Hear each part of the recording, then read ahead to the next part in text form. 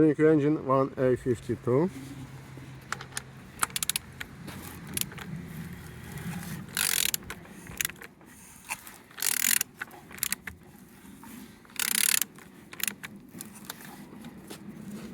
All turning good, all compression complete. On the front all looks nice, as you can see. This side all looks good, no damages here. Compressor looking good. Starter looking good as well. On the top all looks like so. On the back side all looks good. No damages. On this side all looks good as well. Windows looks like so. I didn't see any damages and water inside. And oil sun in good condition. Underneath I didn't see any damages. Turning engine 1A52. Thank you.